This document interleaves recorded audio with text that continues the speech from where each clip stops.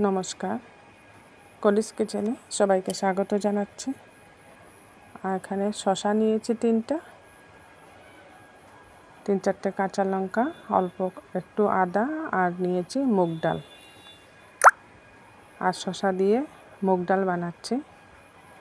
শসাগুলো ছিলকা ছাড়িয়ে একটু বড় বড় করে কেটে নিয়েছি, ধুয়ে পরিষ্কার করে রেখেছি। এদিকে গ্যাস জ্বালিয়ে একটা কড়াই বসিয়ে দিয়েছি। গ্যাসের কড়াইয়ের মধ্যে সামান্য সরষের তেল দিয়েছি।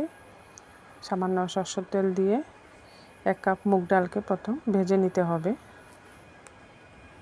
মুগ ডালটা একটু ভাজা ভাজা করে নিলে তখন এই ডালের রেসিপিটা টেস্টটা খুব ভালো আসে, আর একটা সেন্টও আসে খুব সুন্দর মুগ ডাল ভাজার। এইভাবে গ্যাসের আঁচটা একদম কম করে ধীরে ধীরে মুগ ডালটাকে ভাজতে হবে, যতক্ষণ না মুগ ডালের একটা ভাজা গন্ধ বেরিয়ে আসছে। মুগ ডালটা ভাজা হয়ে গেছে, এটাকে আমি কুকারে বানাবো। এবার কুকারে ঢেলে নিচ্ছি ভাজা মুগ ডাল।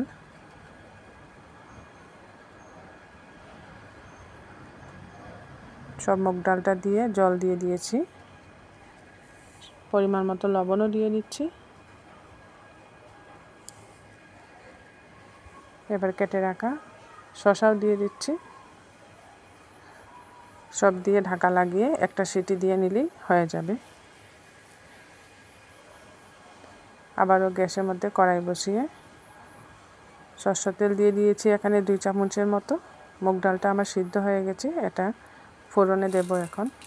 এর জন্য শুকনো লঙ্কা, তেজপাতা, পাঁচ ফোড়ন এই সরষের তেলের মধ্যে ফোড়নে দিয়েছি। ফোড়নটাকেও একটু ভাজা ভাজা করে নিতে হবে যাতে পাঁচ ফোড়নের গন্ধটা বেরিয়ে আসে। এবার মুগ ডালটা দিয়ে ফোড়নে ঢেলে দিচ্ছি। খুবই সহজ রেসিপি বানিয়ে নিলাম শসা দিয়ে মুগ ডাল। এটা একটা নিরামিষ রেসিপি, যে কোনো নিরামিষ দিনেই এটা বানানো যায়। এই মুগ ডাল শসা দিয়ে মুগ ডালের সাথে আজ আমি বানাবো একটা অন্যরকমের ভাজি। দেখুন মুগ ডালটা সম্পূর্ণরূপে পালিশ করি নাই, একটু আস্তে আস্তে রেখেছি। একটু আস্তে আস্তে রাখলে ভালো হয় মুগ ডাল। তৈরি হয়ে গেছে শসা দিয়ে মুগ ডাল। এবার একটা পাত্রে ঢেলে নিলাম।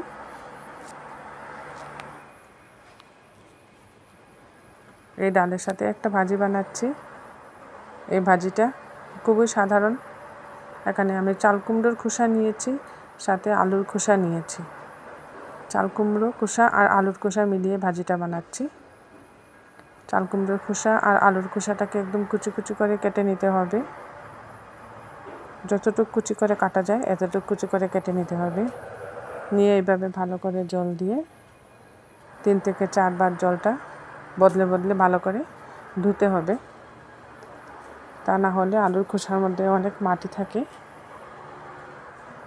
এইভাবে ভালো করে 3-4 বার জল দিয়ে ধুয়ে পরিষ্কার করে একটা ছাঁকনিতে নিয়ে নিয়েছি। এদিকে গ্যাসের মধ্যে একটা কড়াই বসিয়ে দিয়েছি।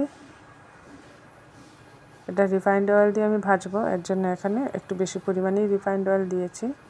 কালো জিরে ফোড়ন দিচ্ছি আর একটু হলুদও দিয়ে দিচ্ছি, এতে করে ভাজির কালারটা খুব সুন্দর আসবে। তেলের মধ্যে হলুদটা দিয়েছি। এবার কেটে রাখা চাল কুমড়ো খোসা আর আলুর খোসাটা দিয়ে দিচ্ছি। যখন তাজা চাল কুমড়া ঘরে আসে এভাবে ছিলকাটা না ফেলে দিয়ে ভাজি বানিয়ে নিলে খুব ভালো লাগে খেতে।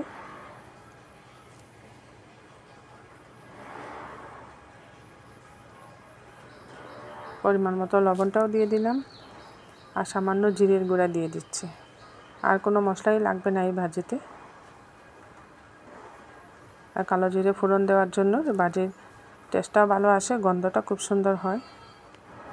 তৈরি হয়ে গেল চাল কুমড়োর খোসা দিয়ে আর আলুর খোসা দিয়ে একটা ভাজি।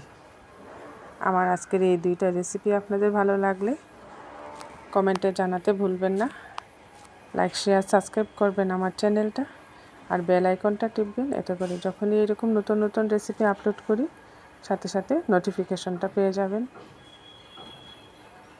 এইভাবে ঘরে চাল কুমড়োর খোসা, আলুর খোসাটা না ফেলে দিয়ে সুস্বাদু একটা ভাজি বানিয়ে নিন।